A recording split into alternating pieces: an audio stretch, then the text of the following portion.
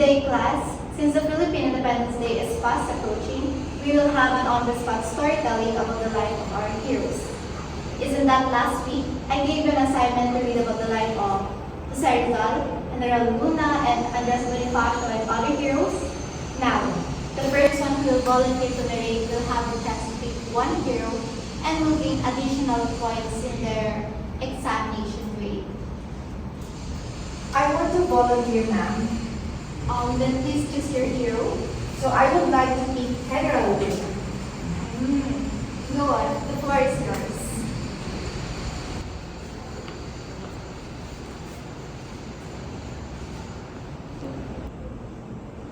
Antonio Luna y de San Pedro Novicio Ancheta, o mas kilala bilang Antonio Luna, ay ang bunsong anak ni Lorena Novicio Ancheta at Joaquin Luna de San Pedro.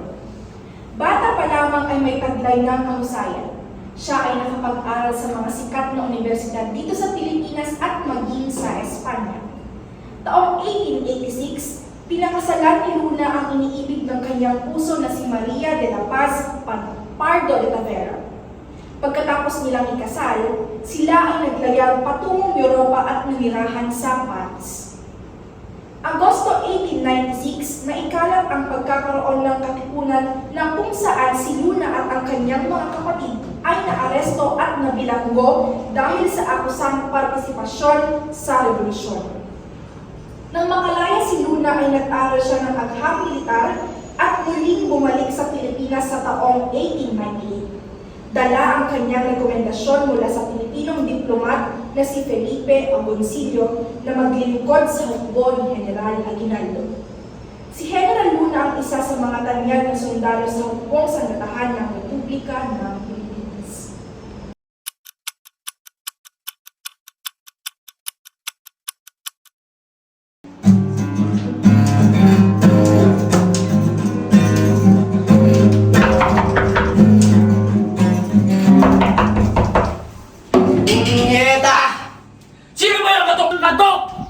Lintik ka rin! Kanina pa ako katok ng katok!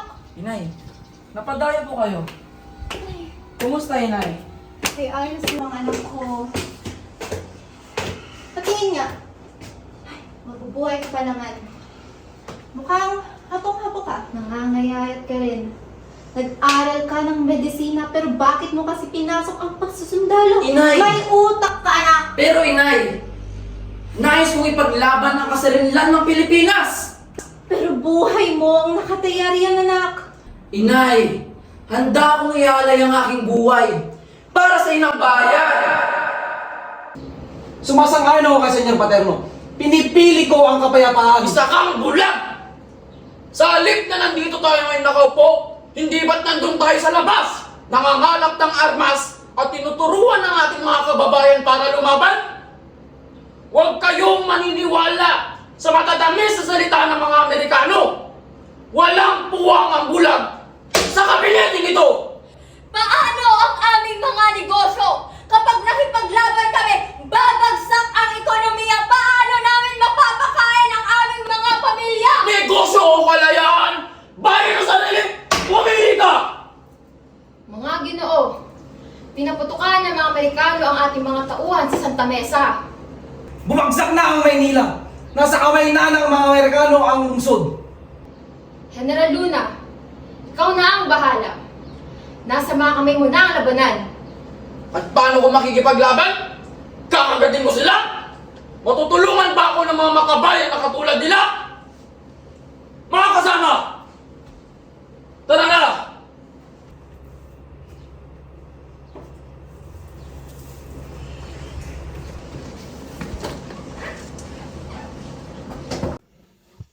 Isang karangalan ang ipaglaban ang ating inang bayan. Huwag tayong magdadalawang isip. Delantera, patriotas, ang mamatay o ang magtagumpay.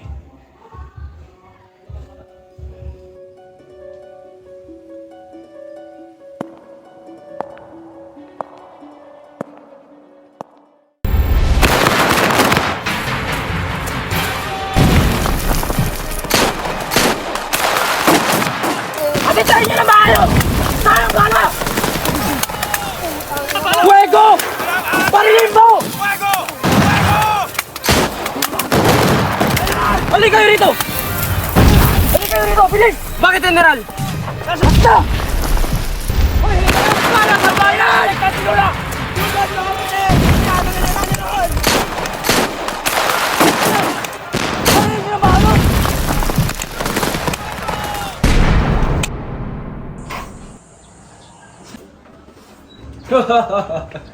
Tignan mo tong tangang to.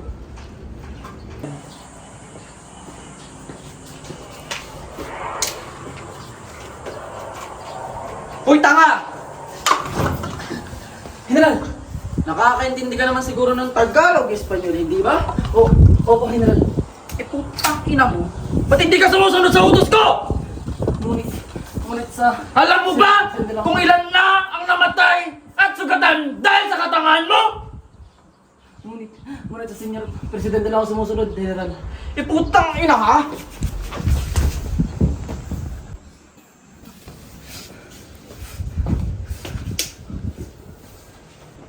Alam mo ba ang nakasulat sa Artikulo 1 ng ating patakaran? Hindi po, General. Roman! Artikulo 1. Ang hindi sumunod sa utos ng punong general ng digmaan ay tatanggalan ng rangko at ipapapatay. At ikaw yun, kapatid. Halika dito! Ang hukbong pinamunuan ni General Luna ay nakipaglaban sa mga Amerikano sa Kawi, Cavite. Sa pangyayaring ito, umatras ang hukbong Amerikano sa digmaan na humantong sa tagumpay ng hukbong Pilipino sa labanang ito. General, marunong ba kayo mag-English? Excuse mo? Yes? What is it? This car sequestering by Americans. Yes? It's quite correct, sir.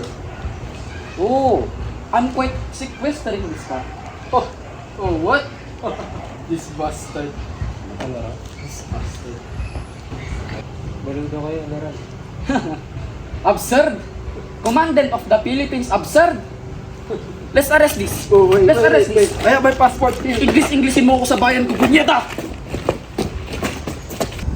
General Mascardo, nandito ako para huliin ka sa ngalan ng hukbong sandadaan ng Republika ng Pilipinas. Magpakita ka! Magandang gabi, General Luna. Magandang gabi rin, Tomas. Umaasa akong susuko ka na mapayapa. Nababaliw ka na ata. Mas baliw ka! Hindi mo ba alam? Napapaligiran ka ng mga tawan ko. Ilan kayo? 15? 20? Ikaw lang ang kailangan ko, Tomas. At nandito ka na ngayon sa harapan ko. Tangina mo! Pag-isipan mo ng mabuti ang gagawin mo. Tangina mo muna ako na! Uli niyo na itang yan! Sa kang taksil! Kalaban ka ng inang bayan! Gagawa nyo na!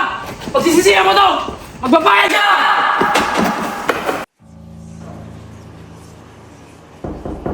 Senyor Presidente. Sandali lang!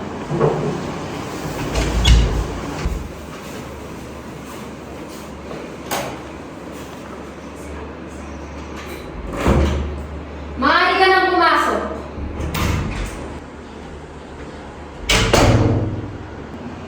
Magandang hapon, Senyor Presidente.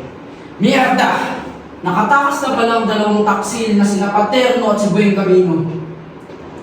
Kagalang-galang silang mamamayan. Sila'y nag-ambag ng pera at kagamitan. Ngunit isinusulong nila ang aneksasyon sa ilalim ng mga Amerikano. Habang ako at ang ating mga sundalo ay nakabahin na sa pagkikipaglaban para sa inang bayan. Hindi ko yata masisigura ang kataksilan na ginagawa nila hanggat nandirito ako't buhay.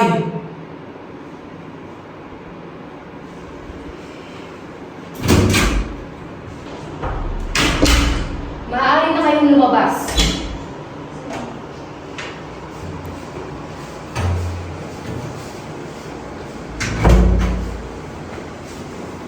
Anong masasabi niyo kay General Luna? May pagtatapat po kami sa inyo. Napag-alaman namin mayroon siyang masamang balak. Naganap ito kamakailan lang. Nag-iit ang ulo ng general sa harap ng mga tao sa plaza. Oh? Anong bago roon? Ito ang bago roon. Sinabi niya na hindi siya magdadalawang isip na barilin kung sino man ang magtrumaitor sa bansa. Maging kayo man, Senyor Presidente. At kalat ang haka-haka ng balak niyang inuklok ang kanyang sarili bilang isang diktador. Ang kapal ng mukha, tuso! Sinong may sabi? Ako mismo ang nakasaksi. Virgie, cross my heart. Narinig namin sa ibang opisyalis ang pagbabalak ng maging diktador. Hindi totoo yan. Kilala natin si Luna. Kilala? Ha? Alam naman natin nabubulog siya pag galit. Tila parang baliw at tamang toro kumbaga. Ngunit, si General Luna ang pinakamahusay kong general.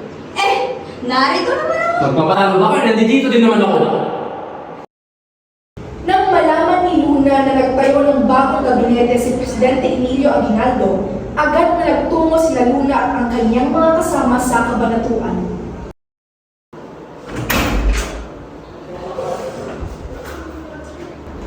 Senyor Presidente. Mierda! Anong ginagawa mo dito? At yan din ang gusto ko tanong sa'yo. Nakatanggap ako ng telegrama mula sa Presidente. Nasaan siya? Malis na. Kanina pa umaga.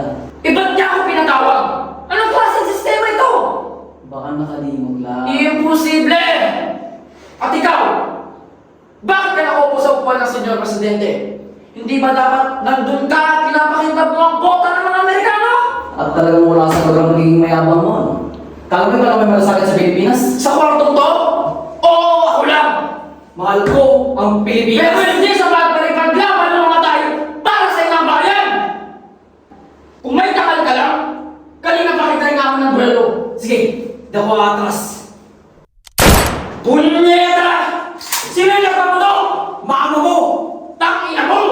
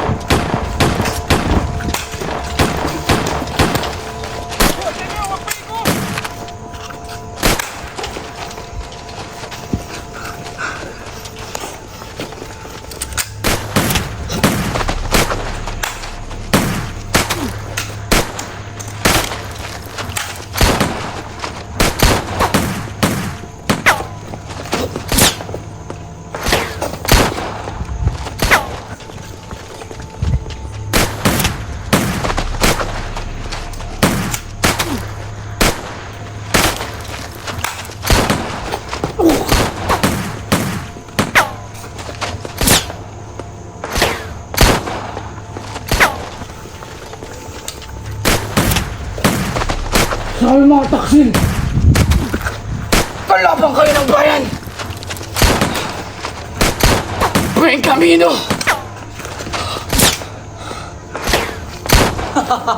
Antonio.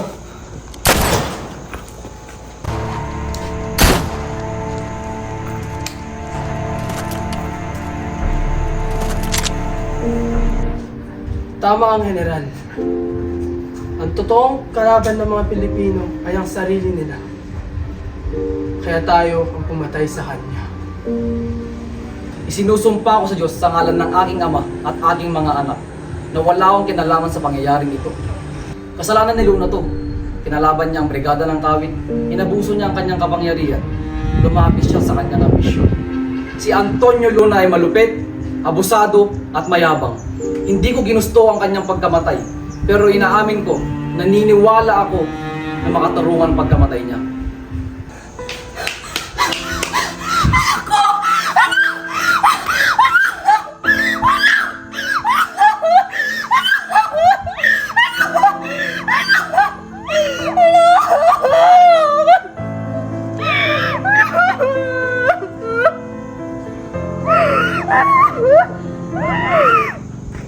Hindi ako nagpadala ng kahit anong telegrama sa kanya. Siya ang nagpadala ng telegrama na siya ay pupunta ng kabanatuan para ako'y kausapin. Wala nga lang ako doon nung siya ay dumating. Isang malaking dagok ang kamatayan ni General Luna. Siya lamang ang may kakayahang gabayan tayo patungo sa kalayaan. Siya ang pinakamatalino kong general. Bakit ko siya papatayin? Matagal nang hinahangad ng Pilipinas ang kasarinlan at pananatilihin ko ang adhikain ng inang bayan hanggang sa katapusan. Para sa akin, mas maganda na lang mamatay sa digmaan. Kaysa tanggapin ang pamumuno ng mga dayuhan. Kung panaginip lamang ang umaasa sa pag-unlad, Managinip tayo hanggang sa kamatayan. hindi magtatagal para sa pag-ibig sa inang bayan. Waring dala isang lihim na mensahe. Di palaging Tayo isang nakapugling bayan. At tinapon na parang mga dahon sa gitna ng sigurakan. Hindi magtatagal, tayo'y magiging nag-aalimpuyong alikabok na lamang. Let's clap for Maria.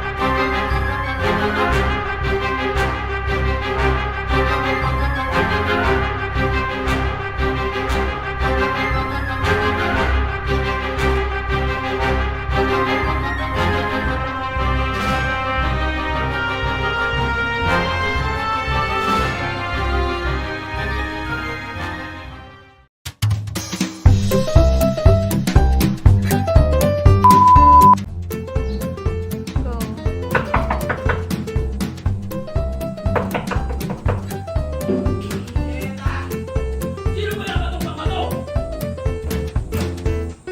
Ang katok! Lin lang! Sino ba yung katok ng katok? Lin! Katok! Lin! Kanina ba ako katok na katok? Sumasakay na! Tuwang ang bulag sa kabineteng ito! Paano ang mga negosyo? Mga negosyo? Kung makikipaglaban kami, paagsak ang ekonomiya. Paagsak! Mga negosyo, kapag nakipaglaban kami, babagsak ang ekonomiya. Paano ang...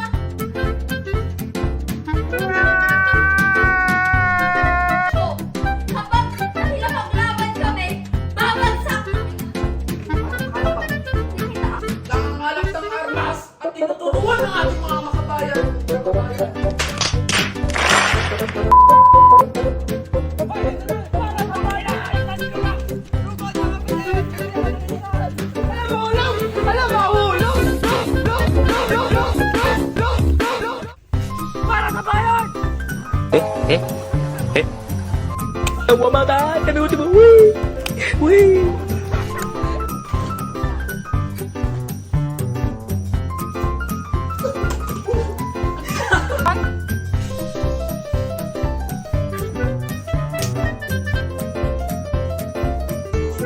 Roman! Artikulo 1. Ang hindi sumunod sa utos ng punong general ng digmaan ay tatanggalan ng ranggo at ipapatay. A few moments later, Digmaan ay tatanggalan ng ranggo at ipapapatay ng walang an eternity later. ng walang paglilitis sa utos ng husgado militar. Senyor Presidente, tangan ka talikod ka lang. Mierda! Anong ginagawa mo dito? Nakapanggap ako ng telegrama mula sa Senyor Presidente. At ikaw, nasaan siya? Presidente, Nasaan siya? malis na. At talagang wala sa lugar ng pagiging mayabang mo eh. Sapa.